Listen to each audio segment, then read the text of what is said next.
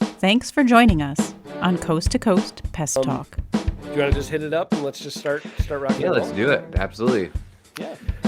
All right, guys, thanks so much for tuning in to Coast Pest Talk. I'm your host, Gabe, with Pest Patrol, joined here by Andy Sinevsky with Primatech Pest Management in Syracuse, New York. Today we're going to be discussing your favorite topic of all, burnout. My favorite topic? Is that? I mean, no, that was like the listener's favorite. Oh, okay. We know everybody loves talking about burnout. It seems to be a common theme. Like when you look at social media and LinkedIn and stuff. That's true. Yeah. Like it's got to be something that's bothering a lot of people because I see a lot of posts that are in this vein, right? Yep. Yeah. Well, I think there's probably a lot of different variables, and I would say almost like types of burnout as well that people are experiencing, which I'm sure we'll jump into. But so this topic kind of came up. It was on our list, so it's not totally random. But I had a crazy few weeks thinking about potentially rehiring my lead technician, and then found out I didn't actually have to rehire him, and it was all in the span of like, I don't know, 7 days or some ridiculous. And so I was just like running around with like a chicken with my head cut off. Not actually burned out, but when I saw that, I was like, oh, we should discuss that. That would be a good one to discuss now. To me, I don't think that that burnout, as we're thinking about it, is physical. I don't think this is the same as fatigue, where you're like physiologically burnt out. Mm-hmm. This is almost entirely psychological. Yeah. When someone talks about burnout, it's that their capacity to process information, emotional regulation, and continue working and outputting some sort of production is hampered. I kind of liken it to, as I was thinking about this, like if you've ever worked like lifting weights or something and you do reps to failure, this is the mental equivalent of that. Yep. The few times where I've run into where I felt like totally burned out, I'll say it feels like my brain's full. There's no more capacity to take on another thing or think about another thought. Like I'm pretty well done. Your mind sort of shuts the show down. Yeah. Does that sound about right? Yeah. I would probably blend the physical and the mental side maybe more than that, but I think that is a great avenue to go down, at least on the sort of mental emotional side. Yeah. So I had actually had it sort of across 3 dimensions. Okay. Like that burnout has sort of like 3 aspects to it, and I think that physiological is one of them. Right. But not in the like, hey, I'm tired sort of way. Yeah. Yeah. I think we have to say, like, first and foremost, diet, sleep, and exercise. Right. Huge. Yeah. Like, and not that like, hey, I'm in better shape so I can take on more like manual labor, but sleep, exercise, and diet helps you with your emotional capacity. Yes. Like your mental capacity. You're more fit psychologically. Isn't it interesting how interconnected the world is, where it's easy to just think, well, if I can just get, mentally right, or if I can just get physically right. And it's like, while each of those are important in their own right, there's so much interconnectedness to that. The other thing I think on the physiological side is understanding, are you a sprinter or are you a marathoner? Mm-hmm. I work at a slow, steady pace. Yeah. I can go long periods of time. Now, is that you, or are you more of a sprinter? How do you like to? I think I practically end up being more of a sprinter. Although I try really hard to not be a sprinter. Okay. So I don't know if that's bad if I'm working against myself. It's hard to, okay. So this is just being real, cards on the table. It's hard for me to distinguish being a sprinter from being lazy, like having spurts of activity and then being lazy or procrastinating, that type of thing. That's a hard line for me to decipher. And so I tend towards, I see more of the value of that consistency over a long period of time. it seems like that fights against some of, at least for me, like some of my natural tendencies or propensities towards like laziness or procrastination. Mm, So I think I prefer sort of and tend towards that kind of sprint stop. yeah. But yeah. So Okay, so let me clarify how, if I understand this right then. So you think that probably your natural ideal performance is in a short-term, high-effort sort of activity, and then a pause and recovery. But your like guilt or expectations or whatever are telling you, hey, I should be able to continue on at this pace for a lot longer, or I should be doing this a different way. yeah, potentially. Yeah. I I think I'm a lot more productive when I am small and consistent over time, like Yeah. just Okay. measurably. Yeah. Um, but I wouldn't say that that's like my natural bent. Yeah. We have some people that have like what I call an asymmetrical work capacity. So Hmm. they'll have where they need to have recovery time in between spurts of production. Yeah. And I think it's how some people are sort of hardwired Yeah. that they're kind of, that's how they sort of work. I was talking to one of our people just the other day and letting them know that I recognize this about them and that that's okay.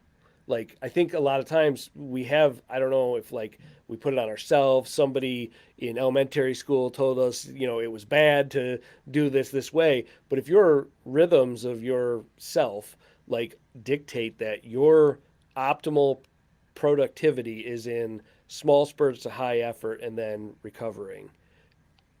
I think working against that, it's not ideal. Yeah.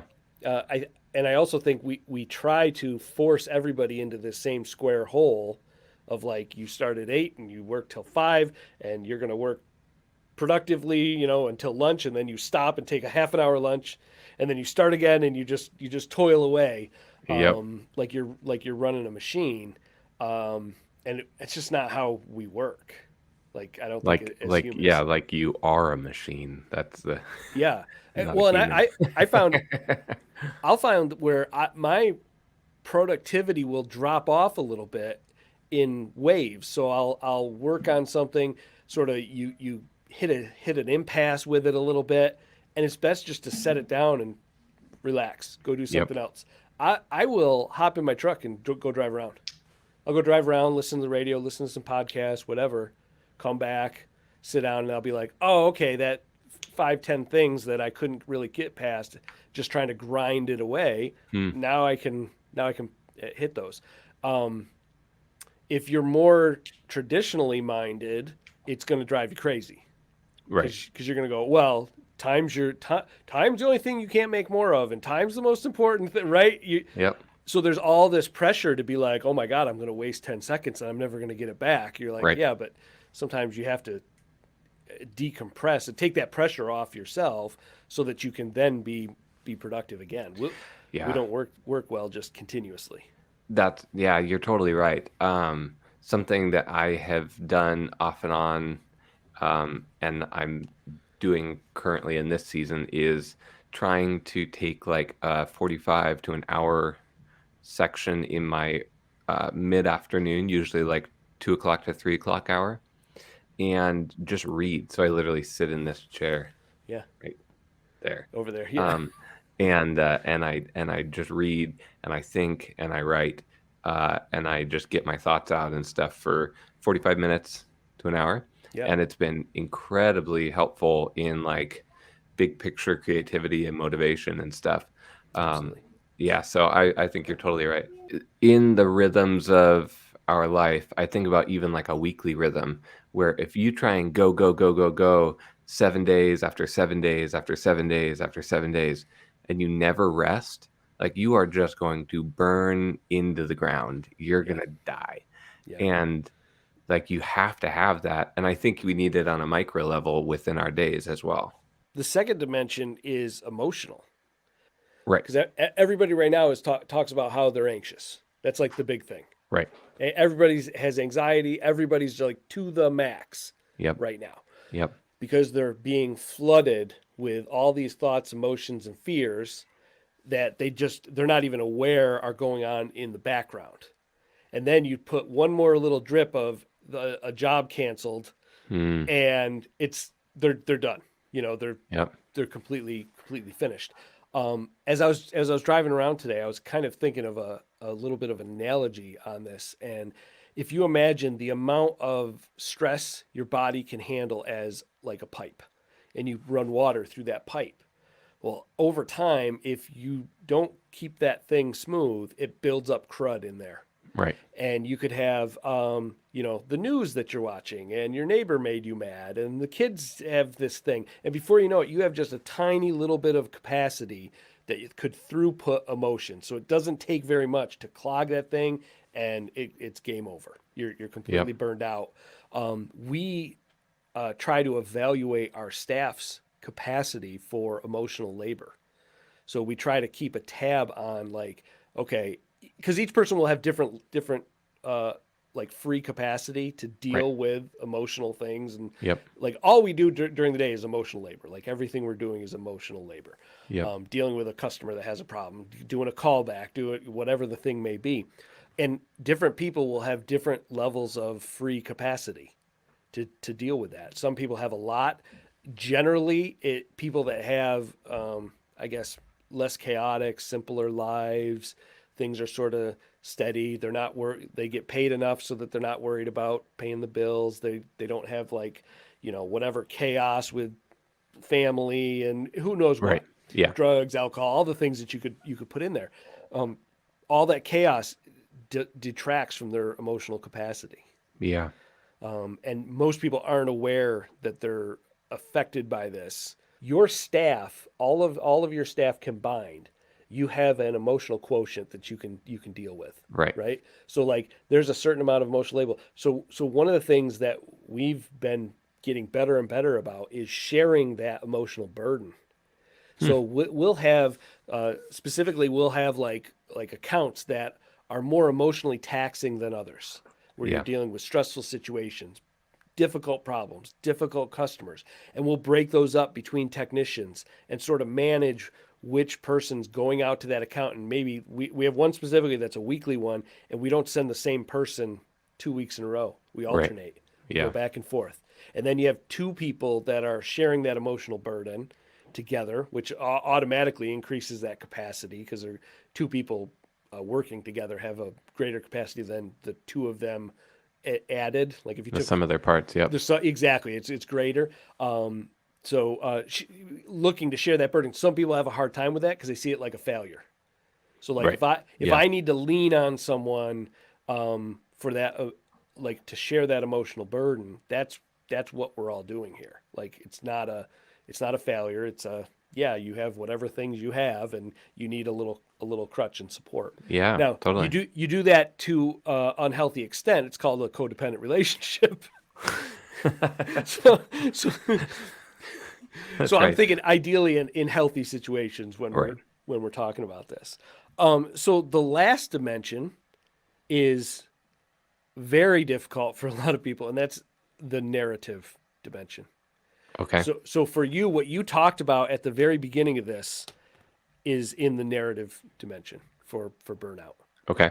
because you had expectations of the future, and those got crushed. Right. And then you had to rebuild them into something else, and that takes effort. And then Yep. that got Right. crushed. And so the length of time it takes for you to rebuild a narrative of an expected future, if you too quickly change that again multiple times, it's going to overlap. And all of a sudden that emotional burden becomes too much because your narrative structure is having to get reconfigured too soon. Right. Yep. And would you say in that, because kind of one of the tenets that I had written down is there's, I think, a repetitiveness that is like futile or purposeless or purposeless. Yeah. Yeah. Lacking a purpose. um, often sort of leads to that kind of despairing, kind of burnout-esque, right? And I think that with what you're saying with the narrative, you have, you begin the process and you start rewriting this narrative, and then that gets crushed, and then you start another one back from the beginning, and it's like, and that gets crushed, and you almost begin to feel or believe there's no point in continuing to write a narrative because it's like, well, I did it 3 times and Yeah. I'm back at the same spot I started, right? When we were talking about episode 12, we were talking about the emotional fallout of staffing changes. Yes. And in that, I had talked a little bit about it takes me about a week. I understand my process to reframe, understand what we're going to do next, and move forward. Other people it can take much longer time. And knowing that about yourself can be helpful because what I want to do is when I have those events that happen, if I know that I need a week to process that, I really don't want to layer too many changes on top of Right. that at the same Yeah. time. Now Yeah. you got ambushed, right? So like you had no choice. You're like, oh my God, oh my God. So when those things start to happen, because you can't always control these things. Right. Yeah. So you get layered on, boom, boom, boom, boom, with a bunch of things, and you feel completely overwhelmed. Yeah. 2 things you need to deal with. One is letting go of attachment to what that future was. Like it didn't ever exist. It was pretend. It was like, when you wake up in the morning and you had a dream, are you attached to that dream? It evaporated. It's gone. Right. It wasn't a real thing. So dealing with attachment and then reframing so that you're doing what I call horizon viewing. Like as opposed to looking right down at the ocean around your ship as it's heaving all around, you need to at those times when that craziness has happened, look up out to the horizon. You need to keep your eye there, and that will steady everything. You can regulate and go, okay, where am I really going? Okay, and then work back. Oh, here's the choices I have to make now. And yep, we ran into a rock, and there's waves, and there's this. Yep, but we're gonna get the ship off the rocks, and we're gonna keep going in that direction. Yep. Because it's very easy to get like battered by the storm and not look out to the horizon. You forget that it's there, and sometimes just reminding yourself, like, okay, no, there's a 20-year destination we have here. Yep. And That's right. 3 years from now, this is going to be a footnote of, oh, we had this happen, this happened, this happened. That was crazy. And sometimes Yeah, that can totally. buoy you. And and I think that long-term vision, it's so important because in the short term, it may look like something I think for me, like when I have big staffing changes, when I'm so small, it means for the next 6 months, I'm going to be out in the field a lot. Yep. Right. Yep. Which was like not what I was planning on doing. Nope. Like I was planning on hiring a salesman and get it, right. And working on my operating procedures more and et cetera, et cetera. But yeah, I think the importance of that long term is to say, okay, so that means for the next 6 months, you're doing something you don't want, but that's okay because we're looking out 10 years or 5 years or 3 years. And so it's going to be all right. Great. Thanks, guys. So that wraps up our episode here on Burnout. Hope that was helpful and encouraging, insightful, discussing all those different aspects of the physical, the kind of emotional, the narrative that plays through your mind, and some of those practical aspects of how to avoid it. So as always, like and subscribe to our YouTube channel, to our podcast, whatever you're listening on. And don't forget to join the LinkedIn Coast to Coast Pest Talk group because it is getting crazy in there. It's not that crazy yet, but it's going to be crazy. Okay.